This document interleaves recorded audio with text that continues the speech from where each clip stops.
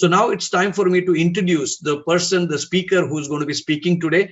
I would like to introduce this person who has not only completed successfully the studies on Ayurveda, and today she is called an Ayurveda expert across the world, but she also is a allopathic doctor. She has done in doctorate in medicine, and so now she will be able to probably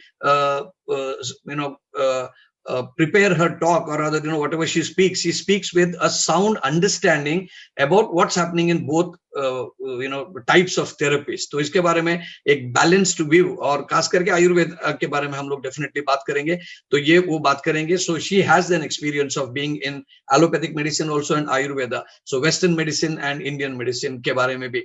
And उनकी खासियत ये है, she has written a book on pulse reading. जैसे आपने ये video में देखा, आयुर्वेद में ना केवल एक आदमी को टच करके या उनका लुक एंड फील को ये करके, but you can also understand the जो आयुर्वेद में आप समझेंगे, जो वात जो है, पित्ता है, कफा है, या इसके बेस के ऊपर जो प्रकृति, जेनेटिक्स में हम इसको ट्रेड्स कहते हैं कि अलग अलग ट्रेड्स हैं, जीनोटाइप कहते हैं, तो उसको वो परख सकते हैं through a lot of mediums. It would be एक person की physiology, movements, hair, आंखें, skin, walking style, talking, and even a recent photo. This is exactly what is talked about in Ayurveda. तो मतलब आपको उतना तजुर्बा लोगों के साथ चिकित्सा करने में जब आ जाएगा, you will have that sound knowledge, sound understanding of how Ayurveda works. So her book on pulse reading has become very famous. I had an opportunity to get treatment from her in way back in 2007, I would say 2006, 2007, and वो ना केवल अपने मरीजों को आयुर्वेद के बारे में बताते हैं और चिकित्सा करते हैं और ट्रेनिंग देते हैं, मतलब उनका उपचार करते हैं, but she also does a lot of training programs. Ayurveda के बारे में प्रचार दुनिया भर में करते हैं. She has traveled a lot of countries. She is right now based in Boston of USA. इसके अलावा a lot of European countries में उन्होंने travel किया है. She has also traveled countries like Tanzania in Africa, and she has been traveling all the time. And during pandemic also उन्होंने velocity booster के तरफ से या velocity genetics के तरफ से जब भी हम लोग उनको request करते हैं, she is always ready and willing to talk about Ayurveda both passionately. In velocity genetics we have a medical advisory board, वहाँ पे allopathic, homeopathy, Ayurveda, horticulture, genetics ऐसे अलग अलग आयाम के medical doctors present हैं. वो हर हमारे सिंपोजियम में, हमारे प्रोग्राम में आके लोगों को ट्रेन करते हैं, लोगों को ट्रेनिंग के सेशन प्रेजेंट करते हैं. एंड जैसे आपको ऑलरेडी पता है, सेज प्रोग्राम फ्राइडे सैटरडे को हम लोगों ने शेड्यूल किया है, तो उसमें उसके बारे में हम लोग एंड में बात करेंगे. तो she has been always kind to come and as a resource person, as a speaker, and हमको आयुर्वेद के बारे में बताते हैं. लॉकडाउन के दौरान भी उनके सेशंस काफी पॉपुलर थे, बहुत सारे सवाल जवाब किए थे. Without taking much of her time, I would like to now invite the speaker for today, an Ayurvedic expert, a very proud Indian who is now based in Boston, USA. With the waving of your hands, and I'm sure you all can do it wherever you are, let me welcome and hand over the screen to Dr. Sumita Prajapati. Thank you very much, Stanley. Thanks a lot. इतना अच्छा introduction मेरा देने के लिए. And I always appreciate your efforts. हर बार मुझे यहाँ पे लाने के लिए और अलग अलग टॉपिक पे चर्चा करके लोगों को हो सके उतना मैं मेरा नॉलेज देने की कोशिश करती हूँ, जो कि अराउंड 22 साल का मेरा प्रैक्टिस जो मैं करती हूँ उसका प्योर नेक्टर मैं आपके सामने हमेशा प्रस्तुत करती हूँ. तो आज भी मैं हो सके उतना मेरे पूरे प्रैक्टिस का जो निचोड़ है 22-23 साल का, वो आपके सामने रखना चाहूंगी. और मैं ये चाहती हूँ कि आप हो सके उतना इसमें से ज्यादा एब्जॉर्ब करने की कोशिश करिए. आपके फैमिली मेंबर्स के लिए, आपके घर में जितने भी मेंबर हैं उन सबके लिए, सबकी इम्यूनिटी, सबकी हेल्थ अच्छी रखने के लिए मैं जितनी भी चीजें आज आपको बताऊंगी वो बहुत ही इम्पोर्टेंट है. और ये सारी की सारी चीजें मेरे द्वारा बनाई गई नहीं है, परंतु ये 5000 साल पहले आयुर्वेद की संहिताओं में लिखी हुई है, जो मैं हो सके उतना एज इट इज प्रैक्टिस करने की कोशिश करती हूँ. तो believe me, Ayurveda is 5000 years old science which is coming as it is. The secrets which were written 5000 साल पहले वो आज भी वैसे के वैसे ही सच है। जैसे कि फॉर एग्जाम्पल आपको बताना चाहूंगी, यू वोंट इमेजिन 5000 साल पहले ऋषि चरक और वाग्भट ने बता दिया था कि कोविड जैसा एक पेंडेमिक आने वाला है, और उनके लक्षण, उनके कारण और उनकी उपाय भी उन्होंने उस समय पे 5000 साल पहले बता दिए थे, जिसके बारे में आज हम ब्रीफ में बात करने वाले हैं। और ऋषि वाग्भट ने अपनी संहिता अष्टांग हृदय विमान स्थान में बहुत ही क्लियरली जनपदो ध्वंस नामक अध्याय में अलग अलग प्रकार के जो भी एपिडेमिक और पेंडेमिक दुनिया में आने वाले हैं उनके बारे में बहुत ही विस्तार से वर्णन किया गया है। तो आज हम शुरू करेंगे टॉपिक जनपदो ध्वंस। आज मैं जो भी बताने वाली हूँ कोविड के बारे में या एपिडेमिक के बारे में, ये कुछ भी मनगढ़ंत नहीं है या कहीं से भी मेरा बनाया हुआ नहीं है। इसका पूरा रेफरेंस के साथ आज मैं आपको बताऊंगी कि आयुर्वेद में कहाँ पे इसका रेफरेंस दिया गया है। तो सबसे पहले ऋषि वाग्भट जी, जो कि बहुत ही महान आयुर्वेद के ऋषि थे, उन्होंने अपनी संहिता लिखी थी अष्टांग हृदय। और अष्टांग हृदय जो है वो आयुर्वेद के प्रैक्टिशनरों में बहुत ही ज्यादा मतलब प्रेम से लोग उसको प्रैक्टिस करते हैं और सबकी फेवरेट बुक है वो। तो अष्टांग हृदय के जो विमान स्थान के एक अध्याय में ऋषि वाग्भट जी ने बताया है जनपदो ध्वंस अध्याय। अभी जनपदो ध्वंस का मतलब होता है संस्कृत में जनपद प्लस उध्वंस। जनपद इसका मतलब है बहुत बड़ी मात्रा में इंसान हो या प्राणी हो या पक्षी हो, उसको बोलते हैं जनपद, यानी बहुत ज्यादा संख्या में लिविंग बीइंग। और उध्वंस यानी कि उनका नाश होना या उनका डिस्ट्रक्शन होना। तो जब बहुत ज्यादा मात्रा में मिलियंस ऑफ लोग मरने लगते हैं तो उसको आयुर्वेद में हम कहते हैं जनपदो ध्वंस। अब ऋषि वाग्भट जी उसमें कहते हैं कि जनपदो ध्वंस के मुख्यतः 4 कारण होंगे, और ये जो चारों कारण है उसका मुख्य जो भी है रूट कॉज वो है इंसान की रॉन्ग डाइट, रॉन्ग लाइफस्टाइल और रॉन्ग मानसिकता। जब इंसान का आहार विहार और मानसिकता ये बिगड़ने लगेंगे तो धीरे धीरे जनपदो ध्वंस नामक बहुत बड़ा विशाल महामारी रूप में ये एपिडेमिक्स और पेंडेमिक्स हमारी दुनिया में आएंगे। और उसके जो भी इन्फेक्ट होने के कारण है वो उन्होंने मुख्य 4 कारण बताए गए हैं कि ये 4 चीजें हमेशा इन्फेक्ट होगी जनपदो ध्वंस में। सबसे पहला वो बोलते हैं कि वायु, सबसे पहला वायु इन्फेक्ट होगा, यानी कि एयर इन्फेक्ट होगा। जैसे आज आप देख रहे हो कि श्वास के मार्ग से ही ये वायरस हमारे लंग्स में या हमारे रेस्पिरेटरी सिस्टम में जाते हैं। तो वो बोलते हैं वायु के माध्यम से ये बीमारियां फैलेगी। दूसरा वाग्भट जी कहते हैं कि जल के माध्यम से, यानी कि वाटर, दूषित जल की वजह से भी अलग अलग प्रकार के वायरल इन्फेक्शंस फैलने लगेंगे और लोग बहुत संख्या में मरने लगेंगे। तीसरा वो बोलते हैं कंट्री, यानी कि देश। जब वायु और जल दोनों ही इतने दूषित हो जाएंगे, पूरा का पूरा देश धीरे धीरे इन्फेक्ट होने लगेगा और बहुत सारे लोग मरने लगेंगे। और चौथा वो बोलते हैं काल, यानी समय भी ऐसा आने लगेगा कि धीरे धीरे ये इन्फेक्शन बढ़ते जाएगा। तो आपने देखा आयुर्वेद में ये 5000 साल पहले ही लिखा हुआ था कि अगर हम हमारी दिनचर्या अच्छी रखते हैं, हमारी ऋतुचर्या अच्छी रखते हैं, हमारी इम्यूनिटी अच्छी रखते हैं, या हमारा स्वभाव सात्विक रखते हैं, हमारा नेचर अच्छा रखते हैं, तो हम ये सब चीजों को पक्का प्रिवेंट कर सकते हैं। बट जैसे कि आप देख रहे हैं आज के समय में लोगों को बहुत सारी मानसिकता है, लोगों की बदली हो गई है और हम प्रकृति का ध्यान नहीं दे रहे हैं, हम हमारे खाने पीने का ध्यान नहीं दे रहे हैं।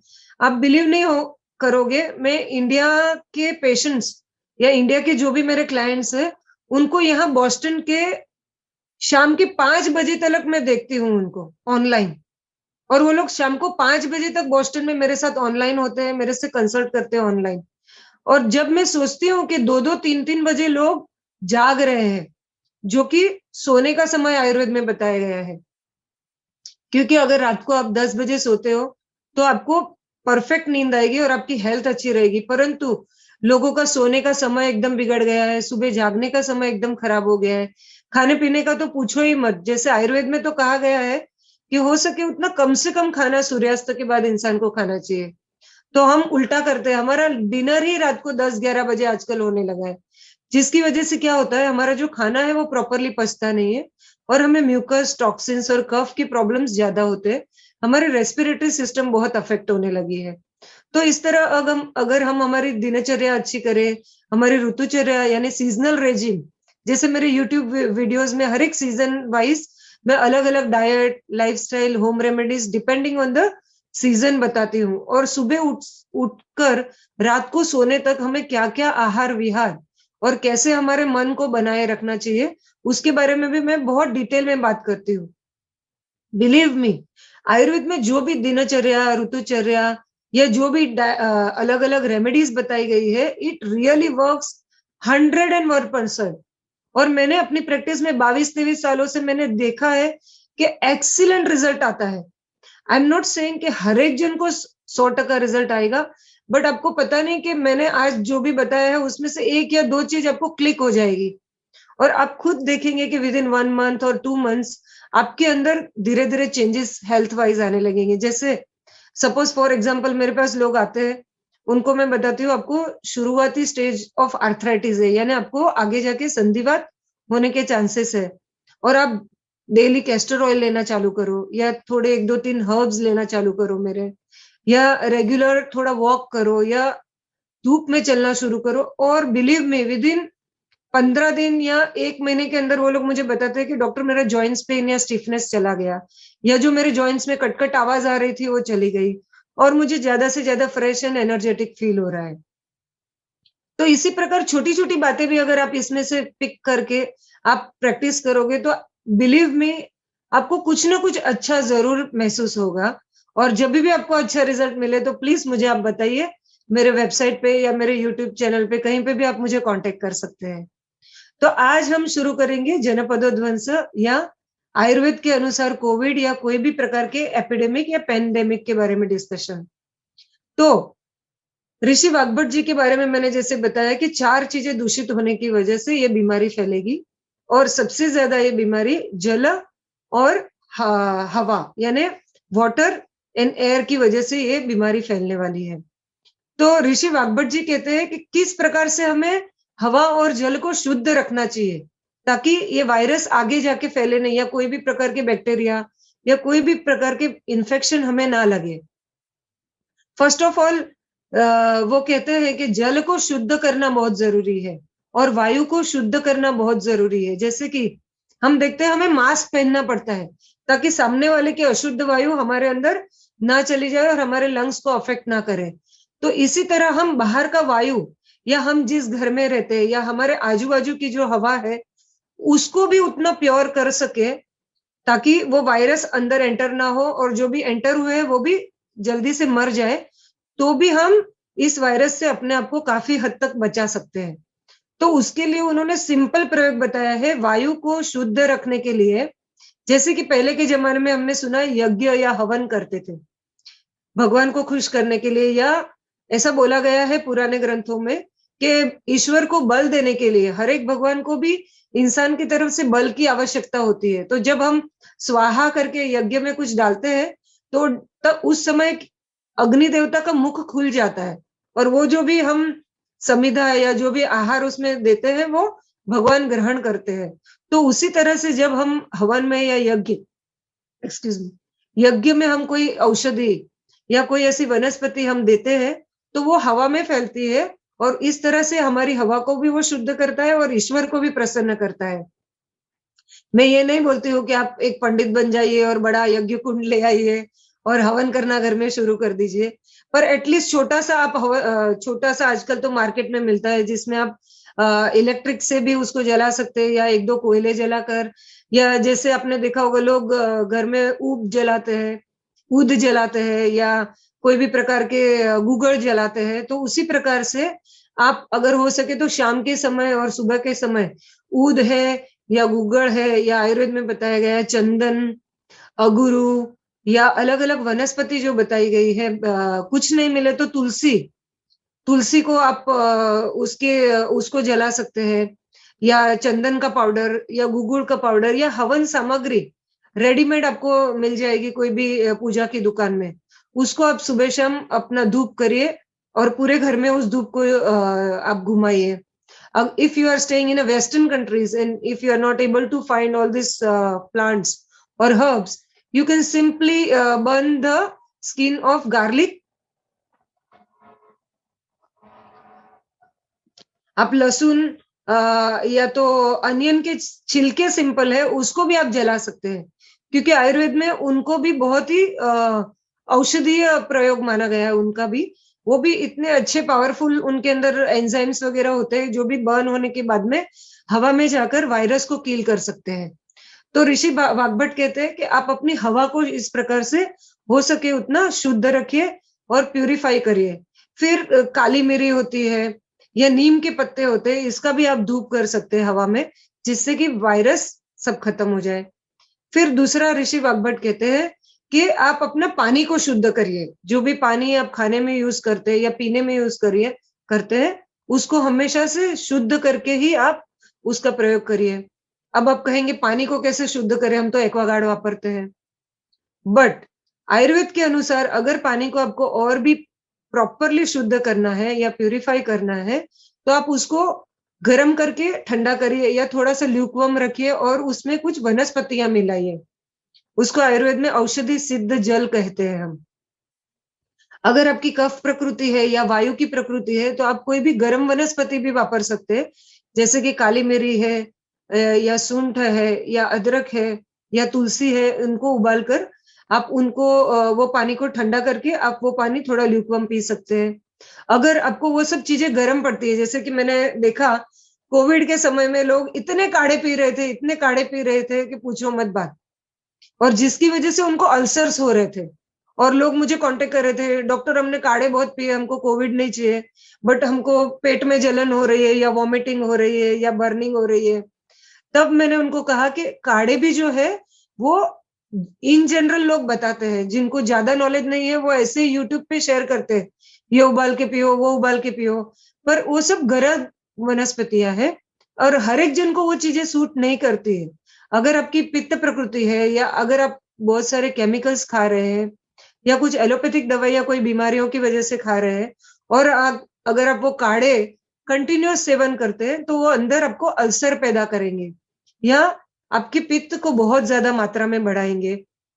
तो मैं रिक्वेस्ट करती हूँ प्लीज अलग अलग गलत वीडियोस या लोगों के होम रेमेडीज गलत यूट्यूब पर देखकर कोई भी प्रयोग आप कोविड से बचने के लिए बिना जाने मत करिए, क्योंकि उससे फायदा होने की जगह पे नुकसान भी हो सकता है.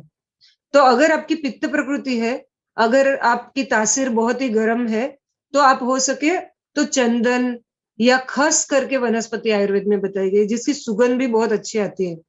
तो चंदन या खस या इलायची या सौंफ, इनको पानी में उबालकर औषधि युक्त जल का आप प्रयोग कर सकते हैं, जिसके द्वारा कि आपकी इम्यूनिटी भी अच्छी होगी, आपको अंदर से ठंडक भी होगी और आप अपने आप को हेल्दी भी रख सकते हैं और आप अपने इम्यून सिस्टम भी बढ़ा सकते हैं. तो इस प्रकार से आयुर्वेद में बताया गया है अष्टांग हृदय में कि अगर आप अपने जल को और वायु को शुद्ध रखेंगे, तो आप हो सके उतना अपनी इम्यूनिटी भी अच्छी रखकर आप वायरसेस को अपने अंदर एंटर होने से बचा सकते हैं. फिर ऋषि वाग्भट जी कहते हैं कि कारण क्या है, ये सब बीमारी होने के कारण क्या है, क्या चीज हम गलत कर रहे हैं कि जिसकी वजह से हमें कोरोना वायरस हो रहा है, दूसरों को नहीं हो रहा है. जैसे आपने देखा होगा बहुत सारे लोगों को कोविड पॉजिटिव लोगों के संपर्क में आने के बाद भी उनको कोरोना नहीं होता है और बहुत सारे लोगों को हो जाता है. तो वो क्या क्या प्रिकॉशन ले रहे हैं और क्यों उनको नहीं हो रहा है, तो वो बताते हैं संस्कृत में कि प्रसंगात गात्र स्पर्शात निश्वासात सह भोजनात सह संयासनाश्चापि वस्त्र माल्यानुलेपनात्.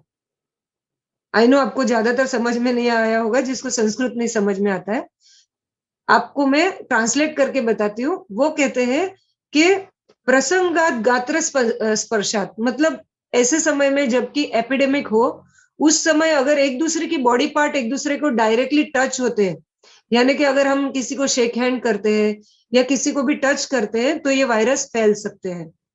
दूसरा, वो कहते हैं निश्वासात।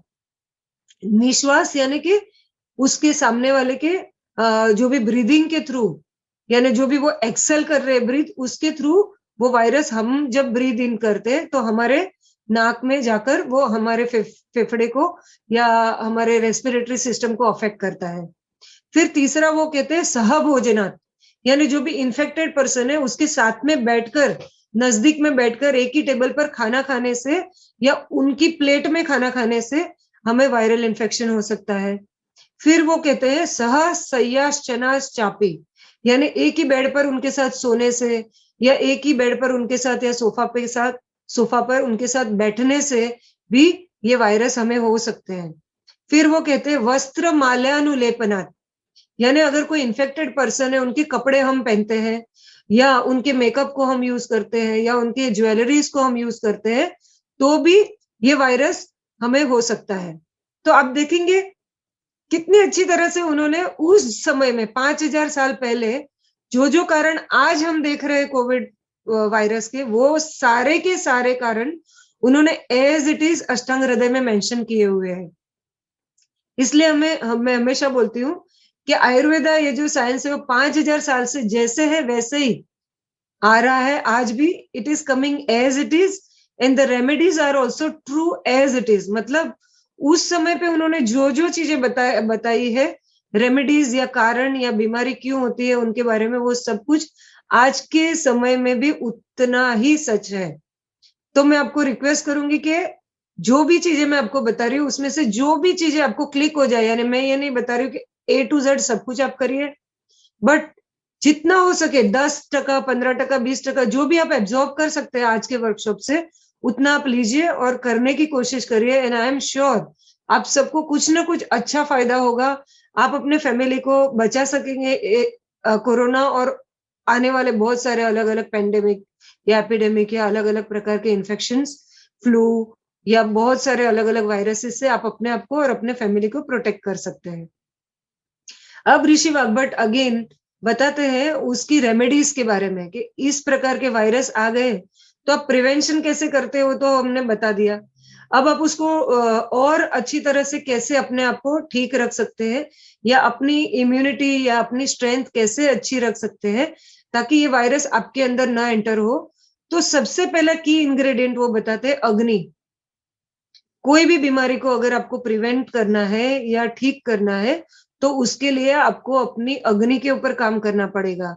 Your metabolism should be perfect. अगर आपकी डाइजेस्टिव फायर अच्छी होगी तो आप जो कुछ भी रेमेडीज करेंगे, जो भी दवाइयां करेंगे, जो भी खाना खाएंगे, वो सब आपको प्रॉपरली लगेगा। जैसे कि आपने बहुत बार सुना होगा, बहुत सारे लोग हैं जो कोविड होने के बाद में तुरंत ठीक हो गए। उसी फैमिली के मेंबर जो 100% ठीक हो गए 2 या 3 दिन में, उसी फैमिली में कोई ऐसा मेंबर ऐसा होता है कि जो आईसीयू में एडमिट हो गया या जो वेंटिलेटर पे आ गया या जिनकी डेथ भी हो जाती है, बट बाकी के लोग उधर बच जाते हैं। क्यों? क्योंकि बाकी लोगों की जो डाइजेस्टिव फायर थी या इम्यून सिस्टम थी वो स्ट्रांग थी। पर जो इंसान को आईसीयू में रखना पड़ा या वेंटिलेटर पे रखना पड़ा या जो मर गए, उनकी मेटाबॉलिज्म या इम्यूनिटी उतनी अच्छी नहीं थी कि उनको दवाइयां इतनी असर कर जाती या उनको जो भी आईसीयू में ट्रीटमेंट दी गई वो उनकी असर कर जाती या उनकी वो जो कैपेसिटी या इम्यूनिटी या मेटाबॉलिज्म जो है वो इतना स्ट्रांग नहीं था। तो आयुर्वेद में हमेशा बताया गया है आप अपना मेटाबॉलिज्म को स्ट्रांग रखिए, आप अपनी अग्नि को प्रकृत रखिए यानी नॉर्मल रखिए।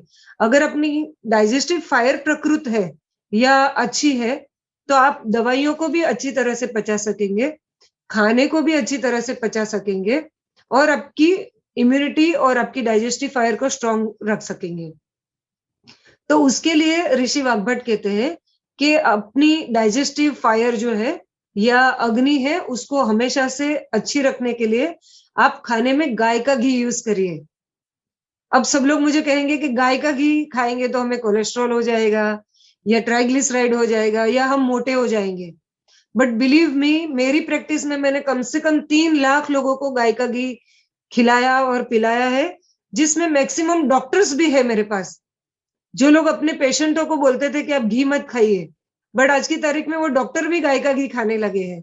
क्योंकि आयुर्वेद में बताया गया है गाय का जो घी है वो सर्वश्रेष्ठ औषधि मानी गई है। तो आप खाने में गाय का घी यूज करिए। आपने देखा होगा जब हम हवन या यज्ञ भी करते हैं, तो जब वो बुझने लगता है तो हम किससे उसको प्रज्वलित करते हैं? हम कोई वनस्पति डाल के उसको जगाते नहीं, वो आग को हम घी डालते हैं। जैसे ही हम घी डालते हैं, इमीडिएटली वो जो बुझी हुई यज्ञ की या हवन की अग्नि होती है वो तुरंत बड़ी हो जाती है। क्यों? क्योंकि घी जो है वो डाइजेस्टिव फायर को इम्प्रूव करने का काम करता है। तो हो सके उतना गाय का घी आप खाने में यूज करिए, उससे कि आपकी इम्यूनिटी अच्छी होगी। फिर गर्म दूध को अलग अलग वनस्पतियों के साथ इन्फ्यूज करके आप यूज करिए। जैसे कि अगर जैसे मैंने बताया आपकी वात या कफ प्रकृति है, तो आप थोड़ा सूंठ और अदरक यूज कर सकते हैं या काली मिरी का पाउडर यूज कर सकते हैं। परंतु अगर आपकी माइल्ड प्रकृति है या पित्त की प्रकृति है, तो सौंफ या इलायची या थोड़ी सी हल्दी और गाय का घी, ये सब डालकर आप गर्म दूध उबालिए। और जैसे हम उकाड़ा बोलते हैं, अगर आपको टेस्ट चाहिए तो थोड़ा सा, अगर आप डायबिटीज नहीं है तो खड़ी शक्कर आप उसमें डालिए, बहुत ही टेस्टी लगता है ये। और ये हो सके उतना डेली दिन में एक बार घर में सबको दीजिए। प्रकृति के हिसाब से सिर्फ आपको उसमें जो भी डालना है वो चेंज करना है बस। तो गाय का घी है, गर्म दूध है, ये आप खाने में यूज करिए। फिर आयुर्वेद में बताया गया है कि मूंग का आप ज्यादा से ज्यादा प्रयोग करिए। जैसे कि ग्रीन मूंग की दाल और येलो मूंग की दाल, छिलके वाली और बिना छिलके की, तो हो सके उतना। और आखा मूंग, तो मूंग का सूप है, मूंग की खिचड़ी है, मूंग की दाल है, मूंग की सब्जी है। अलग अलग मूंग की रेसिपी मैं हमेशा आपको बताती हूँ, यूज करिए। तो मूंग जो है वो रिचेस्ट सोर्स ऑफ प्रोटीन है, और प्रोटीन जो है वो हमारी इम्यूनिटी और हमारे मेटाबॉलिज्म के लिए बहुत जरूरी है। ये तो आजकल सबको पता है। तो हो सके उतना मूंग डाइट आप करिए। फिर ब्लैक रेजिन्स, काली द्राक्ष जिसको या मुनक का हम कहते हैं, उसको 2-3 घंटा पानी में भिगाइए और पानी फेंक दीजिए और उसका यूज करिए। क्योंकि ब्लैक रेजिन जो है वो रिच सोर्स ऑफ आयरन और हीमोग्लोबिन है। अगर हमारा आयरन या हीमोग्लोबिन लो होगा तो भी हमारी इम्यूनिटी पावर बहुत कम हो जाती है और हम वायरसेस के साथ फाइट नहीं कर सकते हैं। तो black resins, green leafy vegetables अच्छी तरह पकाकर आप यूज करिए। अभी आप बोलेंगे कि अरे हमको तो सब बोलते हैं रॉ वेजिटेबल्स खाओ या सलाद खाओ, परंतु बिलीव मी, आयुर्वेद के हिसाब से रॉ वेजिटेबल और रॉ सलाद ये वायुवर्धक माना गया है। क्योंकि हमारी जो डाइजेस्टिव फायर है उसको डबल काम करना पड़ता है। एक तो वो जो कच्चा है उसको पकाना पड़ता है और उसके बाद उसको डाइजेस्ट करना पड़ता है। तो हो सके उतना रॉ वेजिटेबल और रॉ सलाद कम से कम करिए। लाइटली कुक्ड या स्टीम्ड वेजिटेबल और सलाद, या ज्यादा से ज्यादा ग्रीन लीफी वेजिटेबल्स जैसे कि पालक है, मेथी है, सुआ की भाजी है, इनका खाने में ज्यादा से ज्यादा यूज करिए। फिर नाचनी या रागी, आपने सुना होगा, मिलेट एक प्रकार का होता है जो हम महाराष्ट्र में सबसे ज्यादा यूज करते हैं। तो रागी का हो सके उतना बहुत ज्यादा यूज करिए खाने में। अगर आपके छोटे बच्चे हैं तो उनको रागी पॉरेज दीजिए। रागी का पॉरेज सबसे अच्छा होता है हाइट बढ़ाने के लिए और बॉडी को स्ट्रॉन्ग करने के लिए, बोन्स को स्ट्रॉन्ग करने के लिए। तो रागी या नाचनी का पॉरेज या उसकी रोटी या उसका डोसा, अलग अलग प्रकार से आप नाचनी का प्रयोग खाने में करिए घर में, हर एक जन के लिए। फिर जितने भी स्क्वाशिश होते हैं जैसे कि परवर, तोरी, लौकी, टिंडा, जुकीनी, ये सारे के सारे स्क्वाशेस बहुत ही इजी टू डाइजेस्ट होते हैं और हमारा वजन उससे ज्यादा बढ़ता नहीं है। कोलेस्ट्रॉल, ट्राइग्लिसराइड को भी कम करता है, हार्ट को बहुत स्ट्रॉन्ग करता है, हमारे इम्यून सिस्टम को अच्छा रखता है, हमारे रेस्पिरेटरी सिस्टम को अच्छा रखता है। तो हो सके उतना स्क्वाशेस का वेजिटेबल्स में ज्यादा से ज्यादा प्रयोग करिए। फिर आयुर्वेद कहता है फ्रेश फूड्स खाइए, जितना भी आप ताजा खाना खाओगे उतना आपके लिए अच्छा है। सुबह fresh breakfast, healthy lunch, around 12 o'clock के आसपास लंच करिए। क्योंकि आयुर्वेद कहता है दोपहर के समय में हमारी जो पचन शक्ति है वो सबसे स्ट्रांग होती है। जब जब सूरज बाहर होगा, यानी कि धूप जितनी ज्यादा होगी, सूरज जितना पीक पे होगा, उतनी हमारे डाइजेस्टिव फायर पीक पे होती है। इसलिए दोपहर का समय 12-1 बजे के आसपास हमें लंच कर लेना है। जितना भी हैवी खाना हमें खाना है वो दोपहर को खाना है। और जैसे जैसे सूर्यास्त होने लगता है, सूर्य ढलने लगता है, वैसे वैसे इजी टू डाइजेस्ट फूड हमें खाना है। जैसे कि कुक्ड मूंग बीन सूप है या वेजिटेबल सूप्स है या दाल चावल है या खिचड़ी है, इस प्रकार का आहार हमें सूरज अस्त होने के पहले खाना है। और सूर्यास्त हो जाने के बाद में हो सके उतना कम से कम हमें हमारा खाना रखना है, क्योंकि जब सूर्यास्त हो जाता है तो हमारी डाइजेस्टिव फायर भी धीरे धीरे अस्त होने लगती है या कम होने लगती है। तो रात के समय पे हम जो भी खाते हैं वो प्रॉपरली पचता नहीं, उसका म्यूकस में कन्वर्ट होने लगता है। इसलिए शाम का खाना ऑलवेज कम से कम या हल्का खाना होना चाहिए।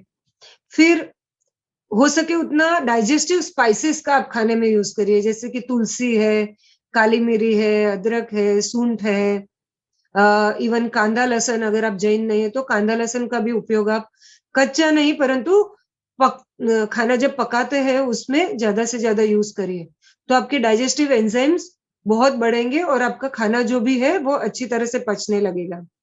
फिर वो कहते हैं कि वनस्पति का हो सके उतना खाने आप यूज करिए अपनी इम्यूनिटी और स्ट्रेंथ को बढ़ाने के लिए और अपना मेटाबॉलिज्म को स्ट्रांग रखने के लिए। तो आजकल आपने सुना होगा गुड़ुची, जिसको देखो वो सब गुड़ुची ले रहे हैं या गुड़ुची घनवटी ले रहे हैं। क्यों? क्योंकि आयुर्वेद में उसको अमृता नाम दिया गया है। गुड़ुची जो है वो एक प्रकार का अमृत है, गुड़वेल या गुड़ुची। तो ये इतनी सर्वश्रेष्ठ औषधि आयुर्वेद में बताई गई है।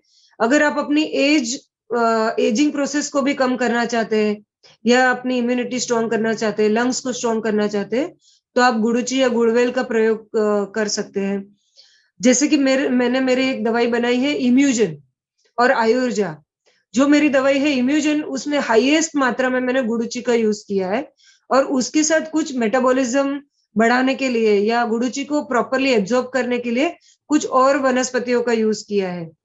बिलीव में मैंने कम से कम 50,000 लोगों को ड्यूरिंग कोरोना इम्यूजन और आयुर्जा नाम की मेरे जो प्रोडक्ट्स है गुड़ुची के और अश्वगंधा के वो दिए और इतना अच्छा रिजल्ट आया है। जिसको कोरोना नहीं हुआ था वो अपनी इम्यूनिटी स्ट्रांग कर पाए, उनके फैमिली को बचा पाए कोरोना होने से।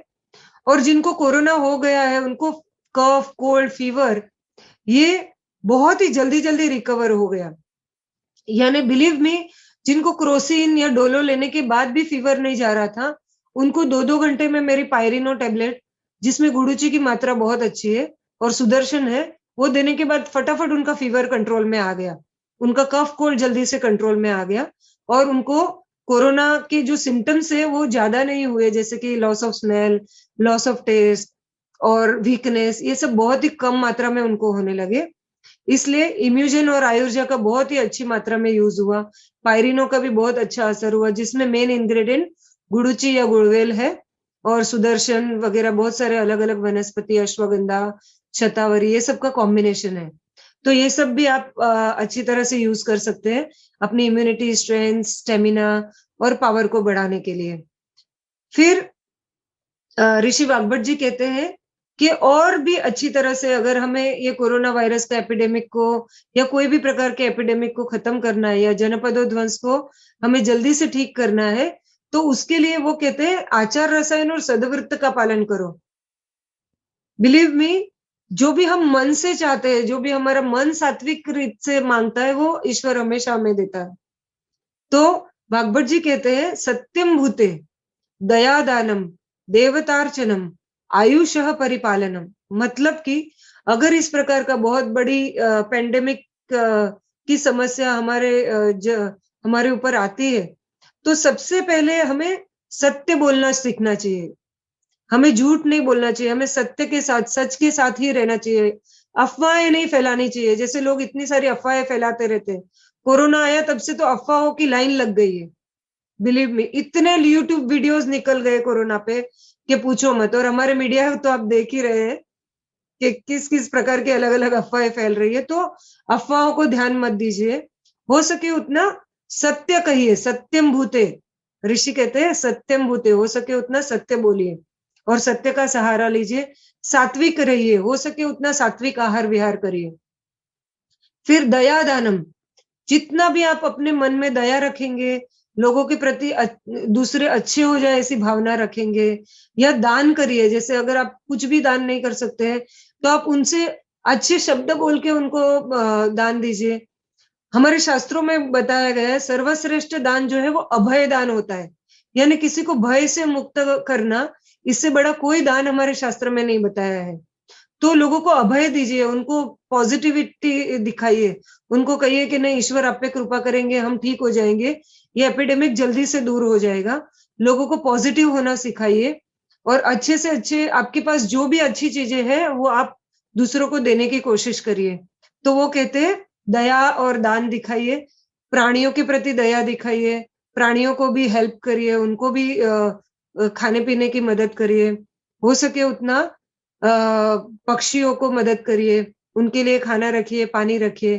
फिर वो कहते हैं देवतार्चनम, बलयो देवतार्चनम, यानी देवताओं को का अर्चन करिए और उनको भी बल प्रदान करिए, क्योंकि देवताओं को मनुष्य से बल प्राप्त होता है। तो आप जितना भी देवताओं को यज्ञ, हवन, पूजा, प्रार्थना, मंत्र जप या जो भी ईश्वर में आप बिलीव करते हो, इट में भी अल्लाह, इट में भी जीसस, इट में भी कृष्णा, और इट में भी super power, supreme power, however you believe in, आप उनको प्रार्थना करिए कि हमें जल्दी से जल्दी ये जनपदोध्वंस से मुक्ति दिलाए, हमें सबको अच्छा मार्ग दिखाए और हम सब अच्छे से ये पेंडेमिक का सामना कर सके। तो इस प्रकार से मैंने आज आपको ऑथेंटिक आयुर्वेद के बारे में बताया और आयुर्वेद में लिखे हुए श्लोक के द्वारा आपको आज मैंने समझाया कि आयुर्वेद में जनपदोध्वंस यानी कोविड के प्रकार के अलग अलग एपिडेमिक के बारे में क्या क्या बताया गया है। आई होप इसमें से आप हो सके उतना एब्जॉर्ब करेंगे, हो सके उतना आप इसका यूज करेंगे और मुझे हमेशा बताएंगे कि आपको इससे क्या क्या फायदा हुआ। एंड आई बिलीव मैंने आपको हो सके उतना आज मेरा नॉलेज देने की कोशिश की है। और आज हम इसके बाद में क्वेश्चन आंसर सेशन रखने वाले, जिसमें अगर आज मैंने जो भी चीजें बताई उसके बारे में आपको कोई क्वेश्चन है तो आप मुझे पूछ सकते हैं। Thank you very much, thanks a lot. Thank you doctor Sumita. And जैसे हम लोगों ने कहा था कि जो आज के सब्जेक्ट है, हम लोगों ने आयुर्वेद के बारे में या जो घर में क्या क्या उपचार कर सकते हैं उसके बारे में बहुत कुछ 1.5 साल से हम लोग सुन ही रहे हैं, but now you heard it from doctor Sumita. So आपने अगर you can confirm some of the things that you have already heard which are authentic, and at the same time जैसे हम लोग कभी मजाक में ऐसे कहते हैं कि भाई ड्यूरिंग पैंडेमिक इंडिया में बहुत सारे वायरोलॉजिस्ट नए पैदा हुए हैं जिनको वायरस के बारे में या बैक्टीरिया के बारे में या हेल्थ के बारे में भी बहुत ज्यादा नॉलेज नहीं है। उन लोगों ने अपनी राय देना स्टार्ट किया और राय को कई बार लोग सीरियसली लेते हैं। So these are all opinions, they don't come from an expert. Same way every stream of medicine tries to do good, and every stream of medicine अपनी बुनियादी एक fundamental philosophy के through चलती है। So we need to really look at as to what's good for you, and in fact we being a genomic based wellness company, मैंने last time doctor Sumita जी से पूछा था कि आप जेनेटिक्स के और आयुर्वेद के ऊपर क्या संबंध है, इसके मतलब ऊपर भी बात कर लीजिए। And she did a beautiful session, we call it that's a new stream of medical science right now is आयुर्जेनोमिक्स।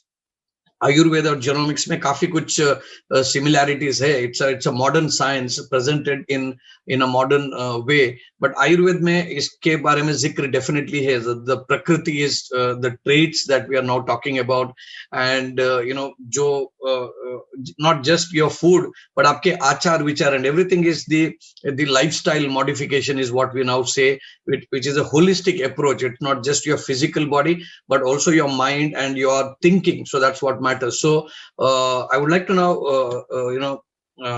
open the forum for question and answers. You can chat so that we can do it in a very orderly way, but before which I'd like to acknowledge Dr. Sumita Prajapati for sparing her time and giving her valuable information. कई सारे लोगों ने मैंने देखा कि आप note down कर रहे हैं, and as she has already prescribed a few home remedies जो सही तरीके से आप यूज करेंगे, you will have a fair understanding as to what's working for you, because your body speaks to you and body आपको वो बताती है कि हाँ यू फीलिंग नाइस, एंड वो आप शायद बयान नहीं कर सकते हैं या you can not really put it in words, but you will definitely experience what that is. So we will now have the question and answer session. So you can definitely do it. So a lot of people are acknowledging Dr. Sumita as well, that it's been a wonderful session. Thank you.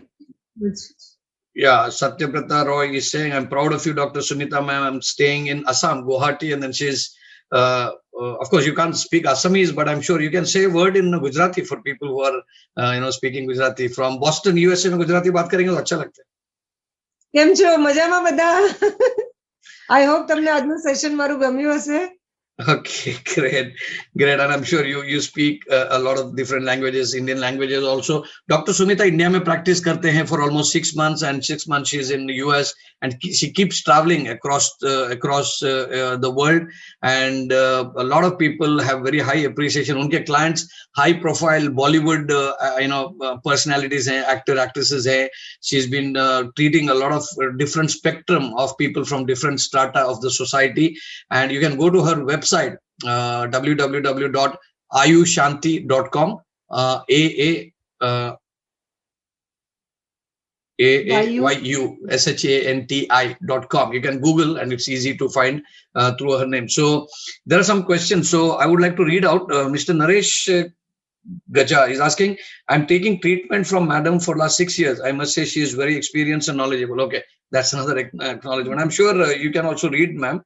And very informative and authentic knowledge is what Mr. Ratan is saying. So anybody has any questions? Somebody asked what is Guduchi. So I could actually answer that from Googling it. So it's Giloy, right? Giloy. Enospora cordifolia, ये उसका Latin name है. Yes. और आयुर्वेद में उसका बहुत महत्व बताया है. मेनली जो है वो इम्यूनिटी बढ़ाने के लिए. आपको संस्कृत का श्लोक बताती हूँ मैं, चाहिए तो.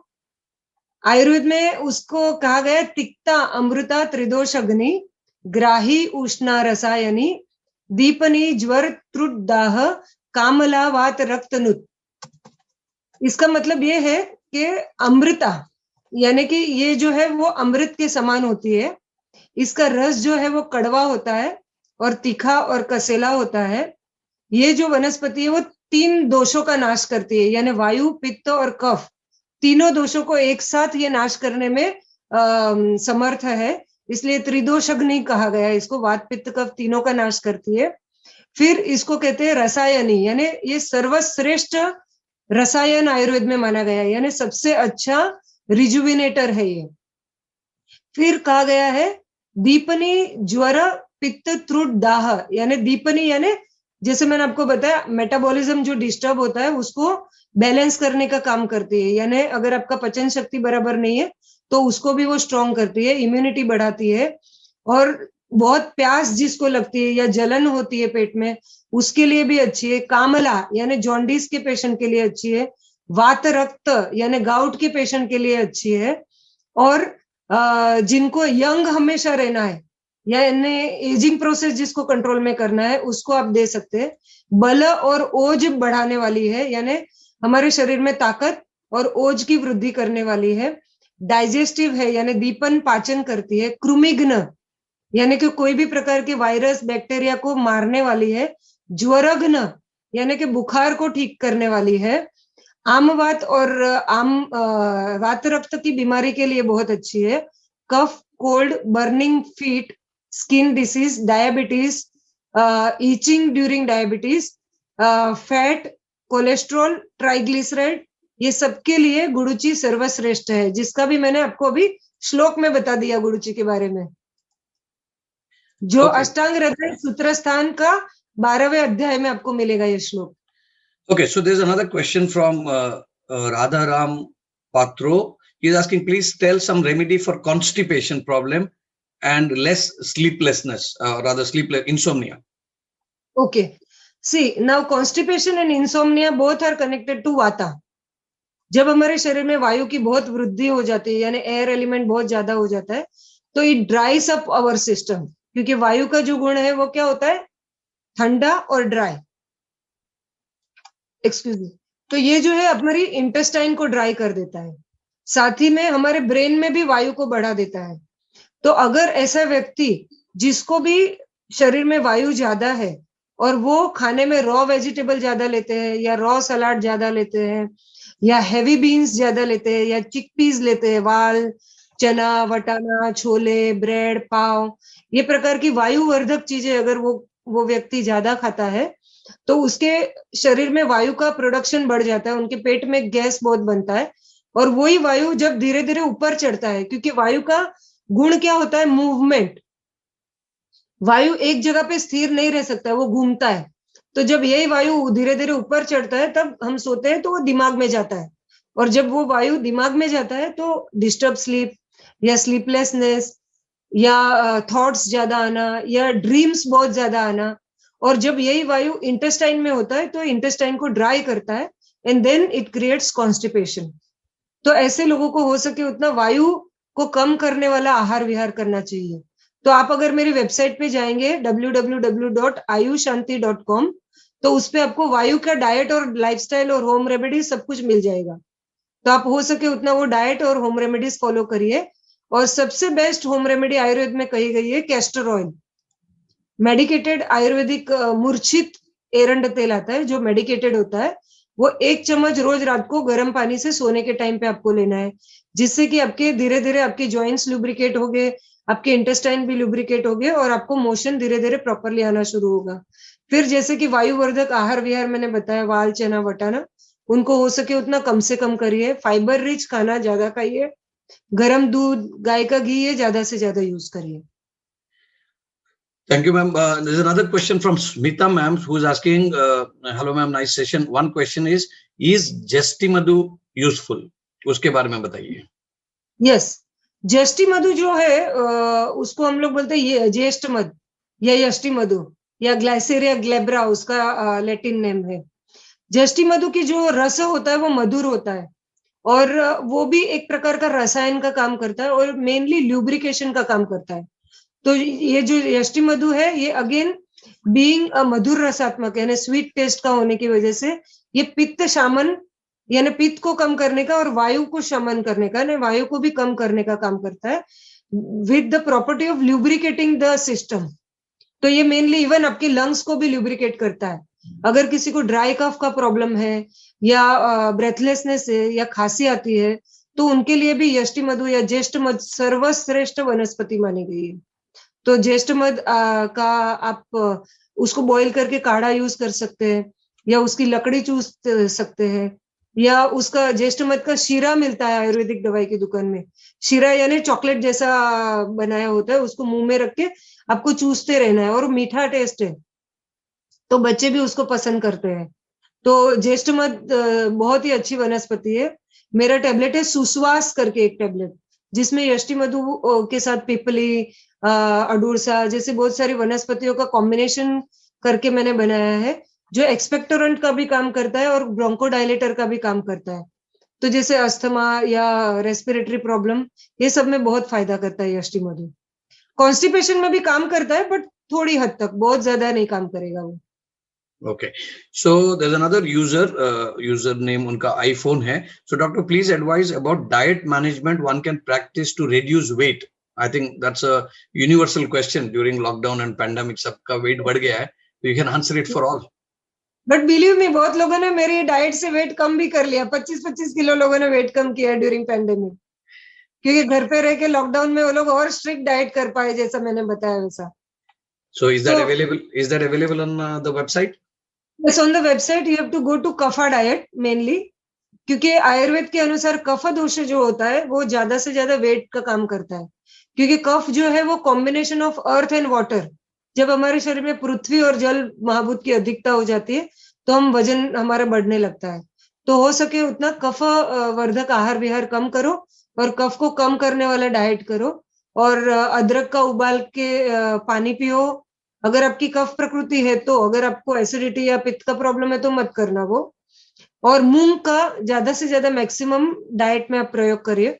फिर कुछ वनस्पति है जैसे स्लिकोना करके मेरी मेडिसिन है, मेदोहर है, इनसे बहुत फास्ट फैट लॉस होता है। वेट लॉस मैं नहीं बोलूंगी, पर फैट लॉस, जो भी एक्स्ट्रा चर्बी हमारे शरीर में जमा है उसको डाइजेस्ट करके मोशन में निकालने का वो काम करता है।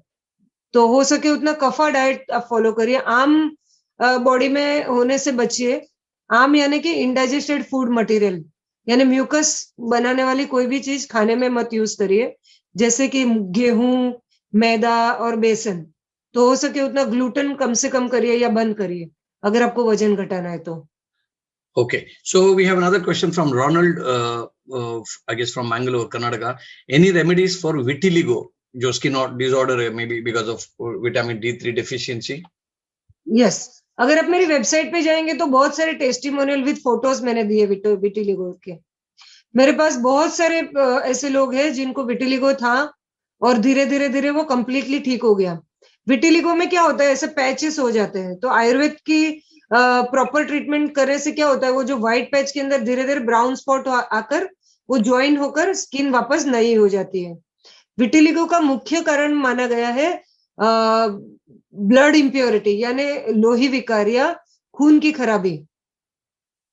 तो जब हम कोई ऐसा खाना खाते हैं जो कि हमारे खून को खराब करता है, तो उसकी वजह से हमें विटिलिगो नाम की या ल्यूकोडर्मा नाम की बीमारी होती है।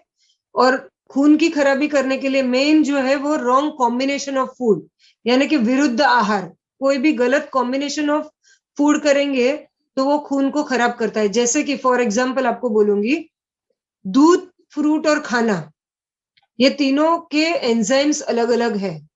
तो ये तीनों में से कोई भी दो चीज हम मिक्स करके खाएंगे तो हमें ये बीमारी होगी। जैसे कि आम रस दूध में डालकर, mango milk shake, strawberry milk shake, fruit salad, ये दूध और फ्रूट का रॉन्ग कॉम्बिनेशन हो गया। अगर ये हम कंटिन्यू लगातार बहुत टाइम तक खाते तो हमें ये बीमारी होती है। मैं ये नहीं बोलती हूँ कि 1 या 2 दिन में आपने खाया और आपको विटिलिगो हो जाएगा, ऐसा नहीं है। जो लोग कंटिन्यूअसली ये करते हैं, जैसे आपने देखा होगा आजकल तो ट्रेंड है, खाना खाने के बाद बोल भर के लोग फ्रूट्स खाते हैं, ये सोच के कि हम हेल्दी हो जाएंगे, हम फ्रूट्स खा रहे हैं, but it's completely wrong. According to Ayurveda, खाना खाने के बाद अगर आप तुरंत फ्रूट खाते हैं तो it will create mucus and toxins बनेगा, और कोलेस्ट्रॉल, ट्राइग्लिसराइड, डायबिटीज, ल्यूकोडर्मा, ये सब बीमारियां हमें आगे जाके होगी। तो अगर आपको फ्रूट खाना है तो 1 घंटे के बाद आप बिंदास खाइए, बट खाने के साथ मिक्स नहीं करिए, या दूध के साथ फ्रूट मिक्स नहीं करिए, क्योंकि इनके एंजाइम्स अलग है। ये विरुद्ध आहार कहा जाता है आयुर्वेद में। और सिंपल आपने सुना होगा, मछली और दूध साथ में खाने से होता है, नॉनवेज और दूध के आइटम ज्यादा साथ में खाने से होता है। तो ये कॉमन चीजें है, बट आयुर्वेद में बताया दूध, फ्रूट और खाना साथ में नहीं लेना है। Okay, so Dr. Lopamudra from Bhubaneswar, Odisha is asking, गुड़ जो है, हिंदी का गुड़ जो है, डायबिटीज के लोगों के लिए अच्छा है, सही है? It's a very fundamental question she is asking. अच्छा, गुड़ जो है वैसे देखा जाए तो बहुत ही अच्छा माना गया आयुर्वेद में। मतलब अगर आपको शुगर कंट्रोल करना है या वजन आपका नहीं ज्यादा बढ़ना चाहिए, तो उसके लिए गुड़ जो है वो सर्वश्रेष्ठ माना गया है। फिर गुड़ का एक जूस निकलता है, काकवी जिसको बोलते हैं, एकदम लिक्विड गुड़ होता है, वो भी बहुत अच्छा माना गया है। वो richest source of calcium and iron है। तो गुड़ हमेशा शुगर की जगह पर आप हो सके उतना गुड़ का यूज करिए। पर आयुर्वेद में कहा गया है कि दूध में गुड़ मत डालिए। अगर आप दूध में गुड़ का प्रयोग करेंगे तो वो अगेन विरुद्ध आहार होगा। तो अगर आपको दूध में डालना है तो आप ब्राउन शुगर का या खड़ी शक्कर का यूज करिए, गुड़ का यूज मत करिए, क्योंकि वो फट जाएगा और अंदर जाकर टॉक्सिन्स पैदा करेगा। अगर आपका शुगर कंट्रोल में है, अगर आपका नया डायबिटीज है और आप शुगर को कंट्रोल में कर पा रहे हैं या डाइजेस्ट कर पा रहे हैं, तो आप गुड़ का यूज कर सकते हैं। परंतु अगर आपका शुगर लेवल बहुत ज्यादा रहता है, आप इंसुलिन ले रहे हैं या टेबलेट लेने के बावजूद भी आपका शुगर लेवल 120 या 200 या 300 के आसपास है, मतलब नॉर्मल रेंज से ज्यादा है, तो आप कोई भी प्रकार की स्वीट चीजें नहीं ले सकते, कोई भी मधुर रस नहीं ले सकते। Okay, so there's another question from Dr. Jay Krishna Patel. He wants to know, हवन में स्पेशल कौन सी वस्तु आपने बोला इनसे इसको यूज करनी चाहिए? What were the special things? हवन में मेनली आप चंदन की लकड़ी है, वो तो बहुत महंगी होती है, तो चंदन की लकड़ी या गुग्गुड़ का यूज कर सकते हैं, काली मिरी का यूज कर सकते हैं, नीम के पत्तों का यूज कर सकते हैं, और जितनी भी हवन सामग्री रेडीमेड अपने को मार्केट में मिलती है वो भी आप यूज कर सकते हो। Okay, doctor, there is another question which is how we can reduce cough after COVID infection होने के बाद में. This has been asked by Mr. Suresh Gaja. So Covid infection जो होता है वो मेनली हमारे रेस्पिरेटरी सिस्टम को ही अफेक्ट करता है। तो वो जो वायरसेस होता है वो हमेशा लंग में जाके लंग्स को डिस्ट्रॉय करने का काम करते हैं। तो लंग्स को फिर से रिजुविनेट करने के लिए हमें हो सके उतना कफ आहार विहार करना है, जो कि आपको मेरे वेबसाइट पे मिल जाएगा। कफ को बढ़ाने वाला भी आहार है, मतलब कफ को कैसे शांत किया जाए वो सब, डाइट लाइफस्टाइल सब है। प्लस आप खाने में अदरक का यूज करिए, काली मिरी का, तुलसी का, ये तीनों का थोड़ा काढ़ा जैसा बनाकर थोड़ी थोड़ी मात्रा में डालकर उसको काढ़ा बनाकर पीजिए। या एक छोटी सी होम रेमेडी मैं हमेशा बताती हूँ, अदरक का जूस, तुलसी का जूस, हनी और काली मिरी का 2 चुटकी पाउडर, ये सबको मिक्स करके एक चाटन बना लीजिए, एक वाटी में भर लीजिए। हर 1-2 घंटे में थोड़ा थोड़ा उसको चाटन करते रहिए। उससे भी जो भी कफ या म्यूकस है वो धीरे धीरे पिघल पिघल के निकल जाएगा मोशन में। और कुछ दवाइयां है जैसे कास्नो, पल्मोटोन, सुश्वास, बहुत एक्सीलेंट रिजल्ट है उनका, पूरा कंप्लीट रिकवरी हो जाता है लंग्स का। Okay, so we have another question from Nutan Kadam. She's saying, I've got a 11-year-old kid. तो उनको क्या food और medicine का combination देना चाहिए to enhance the immunity, because there's an impending fear of third wave which might affect children. तो बच्चे लोगों को हो सके उतना आप, जैसे मैंने बताया उकाड़ा बनाते हैं हम, तो उसके अंदर खड़ी शक्कर या ब्राउन शुगर आप डालिए तो उनको टेस्टी लगेगा। फिर उसमें थोड़ा केसर है, इलायची है, थोड़ा बादाम का पाउडर डाल दो, ये सब डालकर आप अच्छी तरह से उसका उकाड़ा बनाकर उनको सुबह शाम दे सकते हैं। थोड़ा 2 चुटकी हल्दी डालिए, बहुत ज्यादा जैसे लोग चम्मच चम्मच भर भर के हल्दी पीने लगे थे और सबको इतने सारे प्रॉब्लम्स आने लगे थे। तो जो भी आयुर्वेद बताता है, एवरीथिंग इन लिमिटेशन। कोई भी चीज अच्छी है सुनकर उसको बहुत ज्यादा मत करने लगो, हर एक चीज का क्वांटिटी बताया आयुर्वेद में। तो 2 चुटकी हल्दी जितना डालकर आप दूध उबालकर वो बच्चे को पिला सकते हो। फिर बहुत सारी चीजें आप घर में बना सकते हो, बच्चे को पसंद होती है।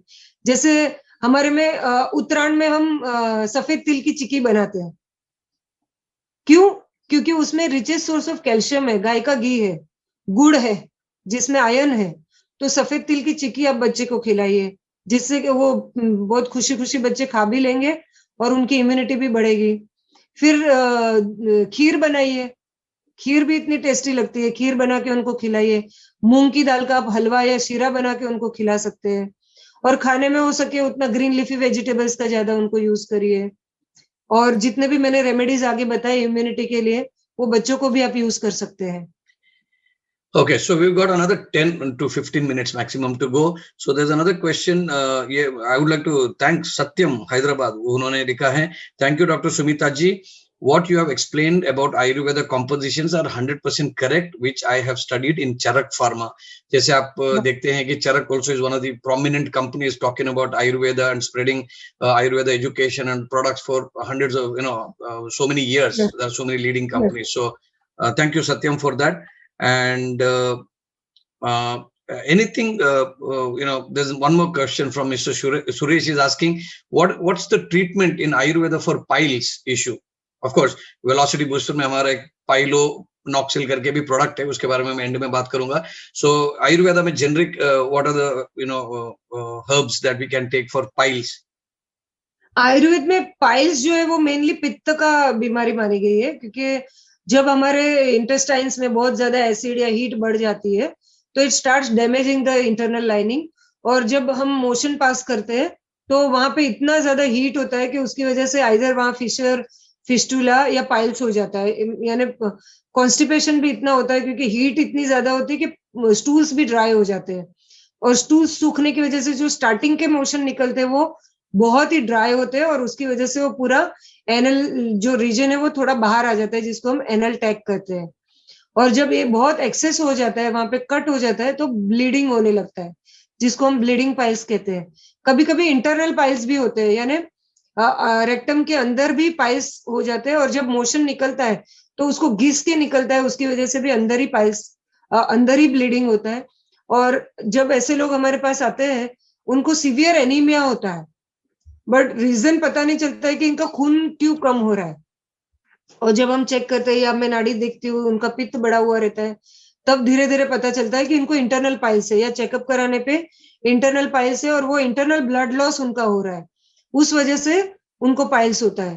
तो मेनली आयुर्वेद में कहा गया है कि अरिवत प्राणान शृणोति इति अर्षः, यानी अरि यानी आप समझते आरी, जो लकड़ा काटने के लिए यूज होती है, आरी, यानी आरी की तरह, अरिवत प्राणान शृणोति इति अर्श, जो प्राण को काटने जैसा दर्द देता है, वो बीमारी का नाम है अर्श।